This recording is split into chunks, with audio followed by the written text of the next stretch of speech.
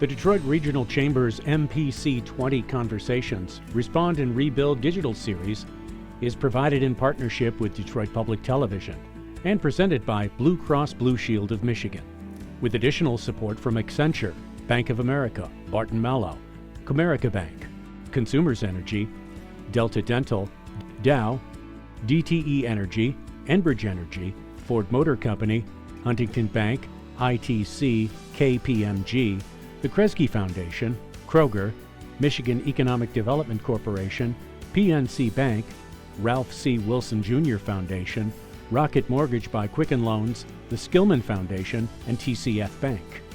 And by these supporters.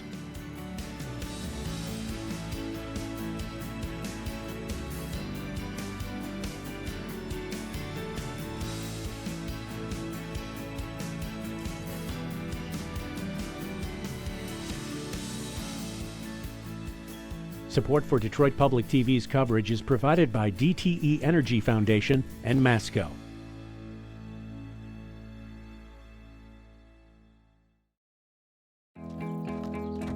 We're here for it all. Day 1 to year 100. The times you remember and things you'd rather leave behind. Standing by for the late nights, the midday surprises, and everything in between. We're here for it all, and always will be. Blue Cross Blue Shield of Michigan. Confidence comes with every card. Can you feel that? Something's changing. A shift from a focus on me to something bigger. Because while it's perfectly fair to ask, what's in it for me? Finding the answer comes from asking, what's in it for we? At TCF Bank, our purpose lies in answering that question, in giving every me the financial strength to make us all a stronger we.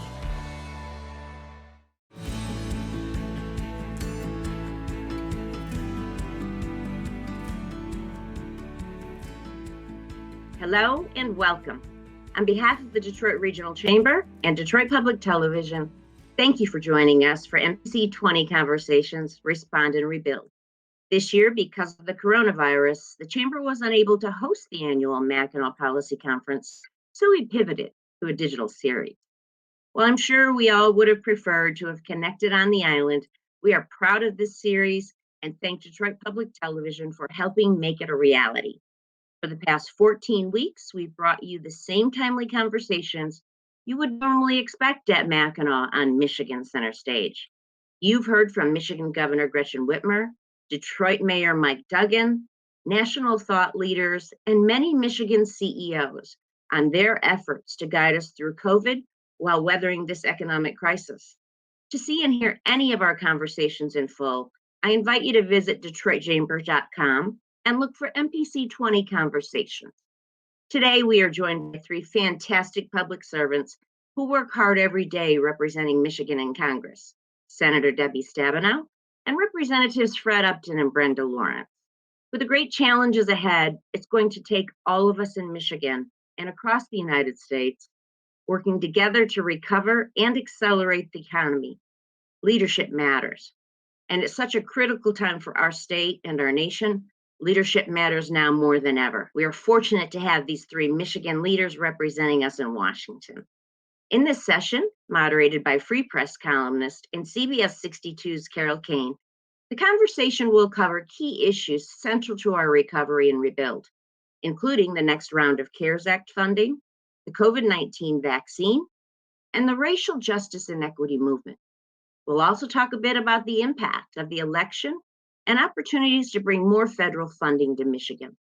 It's a fitting way to conclude the Respond and Rebuild series as the nation looks beyond the election and the dual economic and public health crises it faces amid this pandemic. Thank you to TCF Bank for sponsoring today's session. And thank you to Blue Cross Blue Shield of Michigan and the 42 other business and philanthropic organizations that have made it the past 14 weeks of discussion so possible. We look forward to seeing you back on the island in September of 2021. Hi, and welcome to the Detroit Regional Chamber's MPC20 Forum, Michigan's Congressional Delegation. I'm Carol Cain, columnist at Detroit Free Press and senior producer host of Michigan Matters, which airs Sundays now at its new time at 7:30 in the morning. I'm so happy to be moderating this virtual session today, being brought to you by the DRC and also the Detroit Public Television. With so much going on across our region with the pandemic and the aftermath of this election and other issues, we are now going to be talking with 3 members of our delegation to get their thoughts on what's taking place. Starting us off is Senator Debbie Stabenow, a Democrat, and also the senior senator from our state. And we'll also be joined by Brenda Lawrence and Fred Upton a little bit later. So, Senator, how are you doing? Well, hi, Carol. It's good to be with you, and I'm glad that I'm going to be joining my friends in just a little bit in this discussion as well. You know, I'm doing fine. I hope you are. I hope everyone who's involved in listening today is safe and taking care of their families. There's a lot of work to do. There's a lot of ways that Michigan will continue to lead that as we bring the economy back and focus on getting our arms around this virus. But I also think it's important to have all of us recognize that we have a very divided country, divided state politically, and we need to be listening to each other and looking for ways to bridge the divide so that we can use everybody's talents and have everybody really focused in the same direction so that we can get the economy open, get our schools open safely. And we know to do that, we have to get our arms around the virus and move forward with the good news, which is we are moving in the right direction on vaccines. So, but we got a lot of work to do together. And the people have spoken, and Joe Biden is the presidential winner, supposedly. And I'm just curious, your thoughts. Will Michigan get more attention from Washington now with Joe Biden in the White House? I think Michigan will get what we need in terms of support and direction. You know, President-elect Joe Biden has always been a supporter of Michigan. We all know about his leadership in supporting the auto industry, but he has been there over and over again in the process of building back Detroit and working with all of our public and private leaders and working with Michigan. So when he's talking about building back better, you know, I think he's talking about Michigan because we've got the talent, we're the advanced manufacturing folks, we're the technology folks, we've got the healthcare leaders. And I think the most important thing to me is that we're going to see less chaos, more focus on actually solving problems based on science, based on facts, trying to bring people together rather than demonizing people. And that's what we need. We have big problems. We have big challenges, and too much energy has been spent on basically efforts to divide people rather than bringing them together. So I think Joe Biden's the right person for this time in our country. I really do. The other thing that took place with this election is that the people spoke. Democrat won the White House. The Republicans did very well, I think, better than a lot of people expected, which again brings us attention to what's taking place with this virus right now. There's so many people in need. I know we've all seen the videos of people down in Texas waiting in line for hours to get food for Thanksgiving, other things, which bears and brings up this question. Why can't you folks in Washington get something done to help bring additional resources and a stimulus bill done to help so many people who are in need right now? We desperately need another round of support. I was involved in negotiating in the room when we were putting together the CARES Act, and that really was a bipartisan effort. The problem has been since then that we see about half of our Republican colleagues in the Senate that say they won't vote for anything else. And Senator McConnell, as a result of that, has been not willing to really move forward and negotiate. I'm very hopeful now. I've been involved every day. I'm every day now having conversations with Republican colleagues on how we can move forward, not with maybe everything everybody believes is important. I think we need to be bigger and bolder than our Republican colleagues feel, but we have to be significant. We have to be able to do this. And I know that there's a willingness in the House to be able to do that. In the Senate, I know in our caucus, a number of Senate Republican colleagues, question is, will it be enough. I know that our president-elect is reaching out as well. Here's my concern. We have small businesses, as we all know, on the edge or over the edge at this point in time. We've seen what's happening now in the state, the really tough decisions that the governor is having to make to keep us safe. We see what's happening in our schools. Frankly, the day after Christmas is the last unemployment check for people that we added to unemployment who are self-employed, who are contract workers, who are gig workers. They don't go from 600 to 300, they go to zero. I mean, this is extremely serious. We are now within a month of tens of thousands of people in Michigan losing their home or losing their apartment. So we have to figure out a way to move forward, even if it's only short term. If we can't get bipartisan agreement to do something for a year, then let's do it for 3 months. But this is very, very serious. And the food lines aren't just in other states, Carol, as you know. I mean, we are in a situation where people who have donated to food banks all their lives are now sitting 2 and 3 hours or longer in their car to get basic food for their family in Michigan. So it's very real, it's very serious. And I'm hoping, I mean, there's a number of us really trying to get a core group of people in the room in the Senate, because it really is dependent on getting bipartisan support in the Senate. It really is. I'm very hopeful. And I hope everybody listening right now will weigh in with folks that they know. We have to come together in terms of the economy and healthcare, and we're not ready either for, frankly, what needs to happen at the state and local level to disseminate the vaccines. I mean, we have the state government, the local governments that have leaned in and gone way beyond what normally they would be asked to do without federal support, and we can't take the next steps unless they have resources. So, we're the greatest country in the world. Like, come on, we've got to stop being in a situation where we're stopping ourselves from solving problems. And so I am very, very focused on this. So words are obviously very important, but actions matter more. Are you optimistic that something will happen before Donald Trump leaves office? I'm hopeful. It's certainly not going to come because of the administration.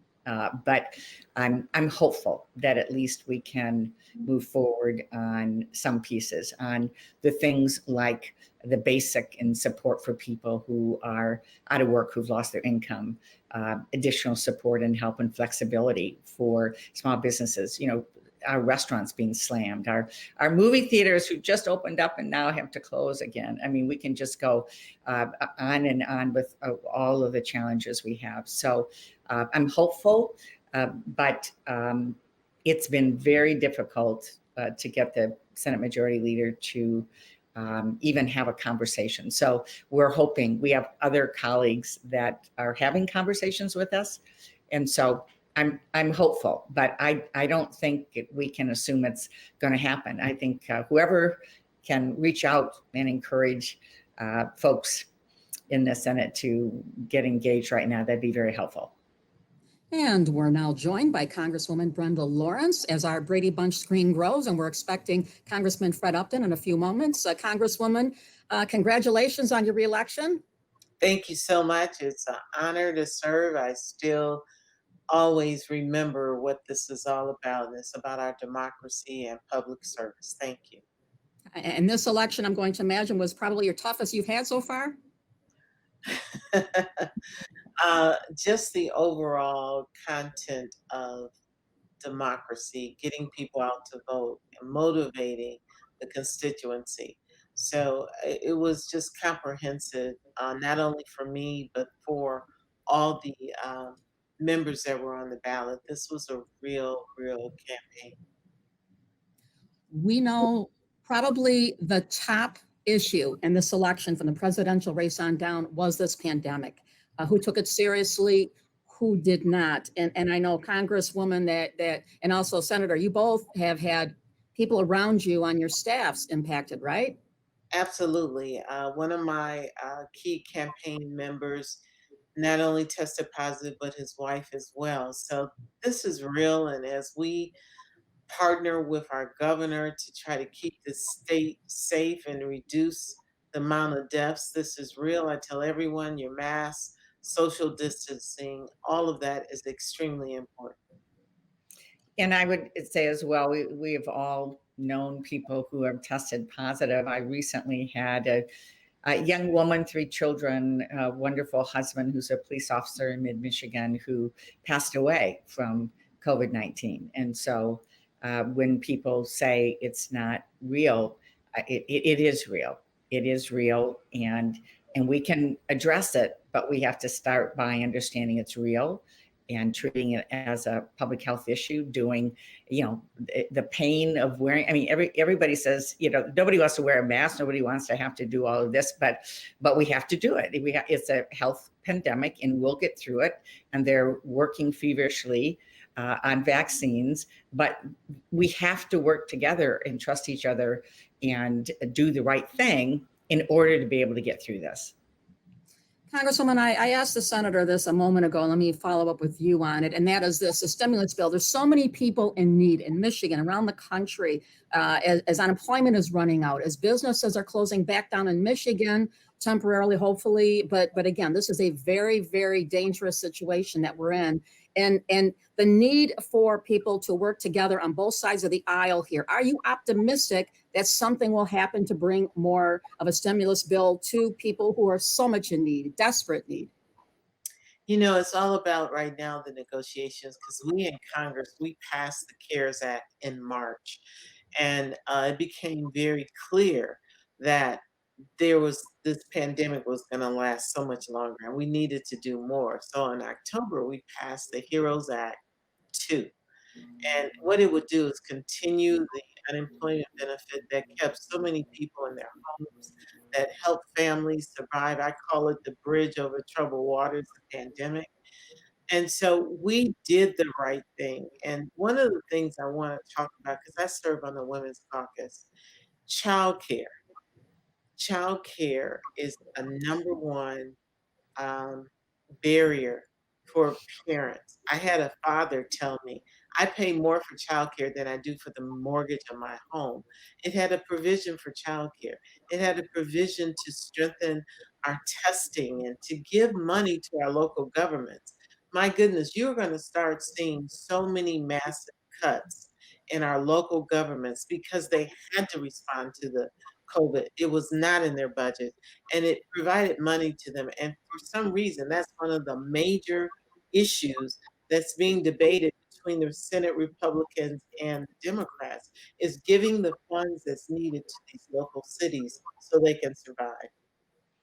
Carol, just on that point, let me jump in and say that, I keep telling my colleagues, the folks that keep saying they don't want to defund the police. If you don't fund local government and state government, you're defunding the police and the firefighters, all the first responders, all the public health workers, all the folks that are keeping the city going and keeping state services going. And so you can't say, I don't want to defund the police and then not fund the police, which means, giving the city of Detroit what they need, giving all of our sheriffs, all the surrounding areas, the support, because there've already been layoffs and there are going to be more on top of everything else that actually needs to get done.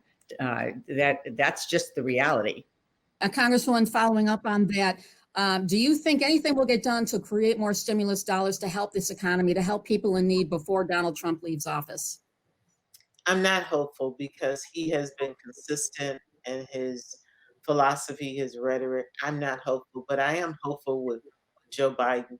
Number one, we're not going to say these are red or blue cities or states. We're going to say the state needs money because the people of America need the stimulus money. I also am very hopeful that the reality of the funds that are needed because of COVID, because Joe Biden actually understands and embraced the concept that we are in a crisis. We are under a pandemic. And therefore, he is already assembling a plan and a team to bring in the cavalry to help this country survive and stop this virus so that we can get back to our economic recovery that we all want to have. So, Congresswoman, I asked this question of the senator a moment ago. Let me ask you this, and that is, with Joe Biden in the White House, will Michigan get more attention than it has the last 4 years? What I think will happen is that those priorities, like the HEROES Act, where we're talking about funding for our cities, he will absolutely support that. One of the things that I know inherently he understands, that's our manufacturing. He was there when they were trying to shut down the auto industry. He absolutely understands the need and the tentacles of the auto industry. I was so proud to see him meeting with the CEOs of the auto industry, which for us is extremely important. He understands trade. Understand, we have the second highest point of trade right here in Detroit, where Canada and in the United States, we see it every day, the trucks going back and forth, and the amount of revenue that's generated, he gets it. So I'm hopeful that all of those things are going to benefit Michigan.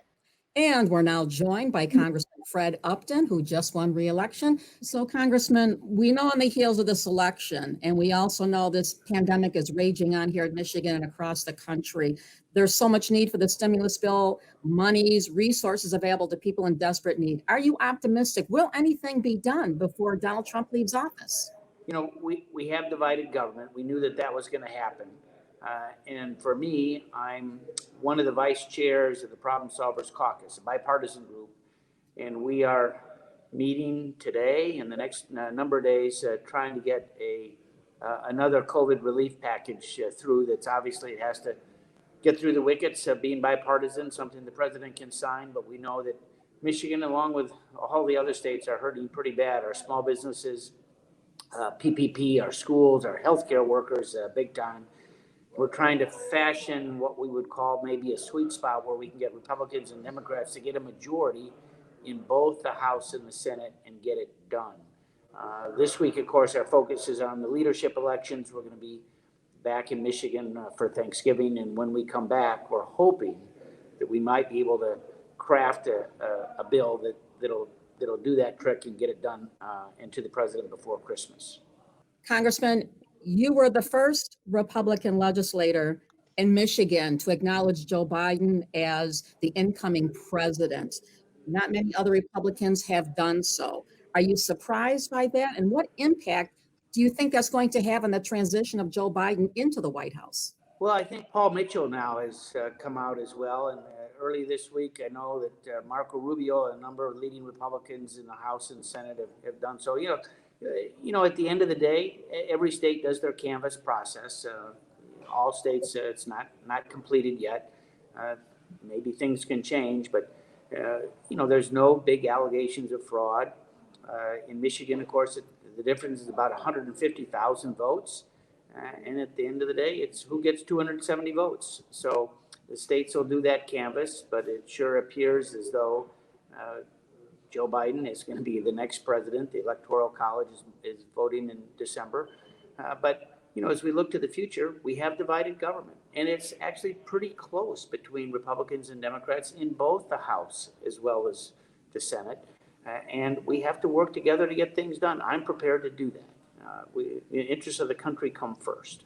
With the way that this election has gone, what happened in the White House and who won the White House, your thoughts about the Republican Party and what's ahead on the heels of Donald Trump conceding or maybe never conceding? One of the good things about our country is when we do have a change at the head of state, it's been peaceful, that there's been a transition in place.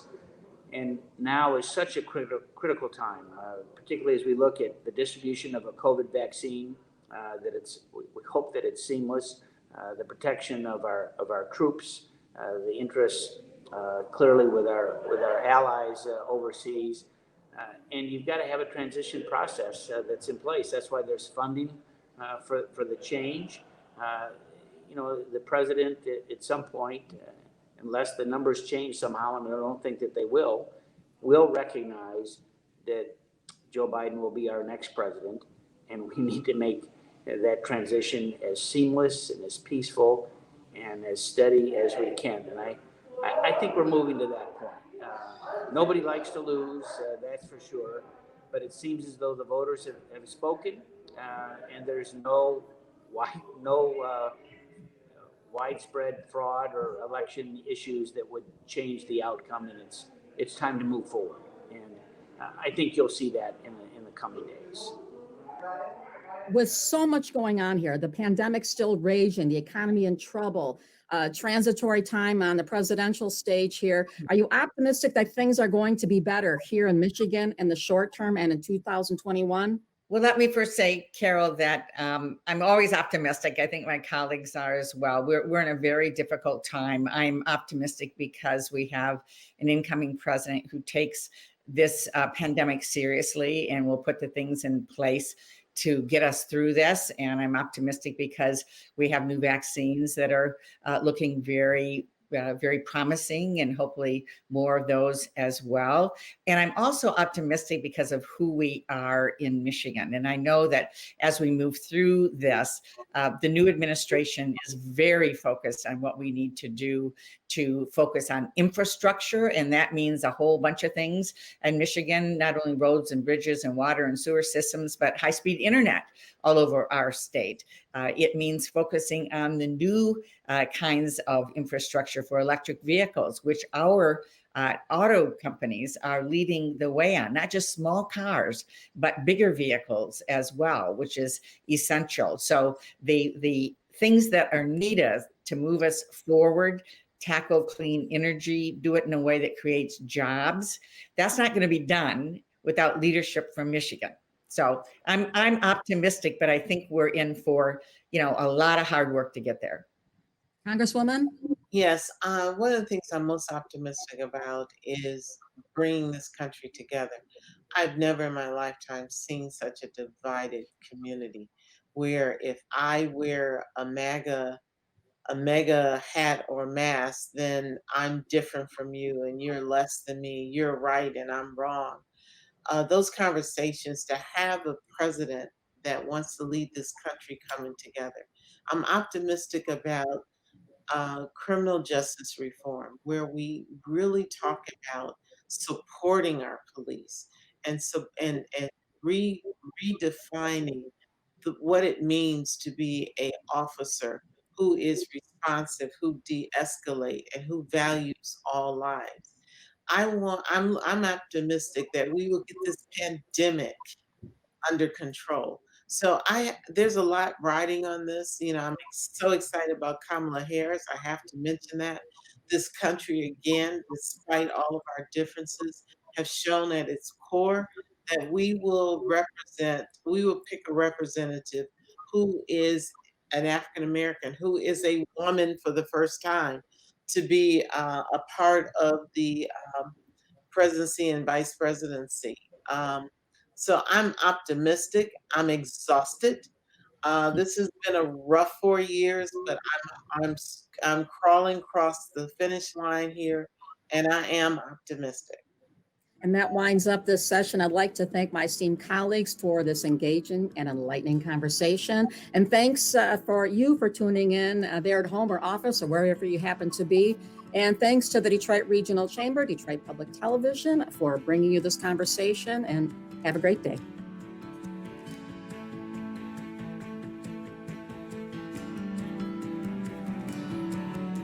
The Detroit Regional Chamber's MPC20 Conversations, Respond and Rebuild digital series is provided in partnership with Detroit Public Television and presented by Blue Cross Blue Shield of Michigan, with additional support from Accenture, Bank of America, Barton Malow, Comerica Bank, Consumers Energy, Delta Dental, Dow, DTE Energy, Enbridge Energy, Ford Motor Company, Huntington Bank, ITC, KPMG, the Kresge Foundation, Kroger, Michigan Economic Development Corporation, PNC Bank, Ralph C. Wilson Jr. Foundation, Rocket Mortgage by Quicken Loans, the Skillman Foundation, and TCF Bank. And by these supporters: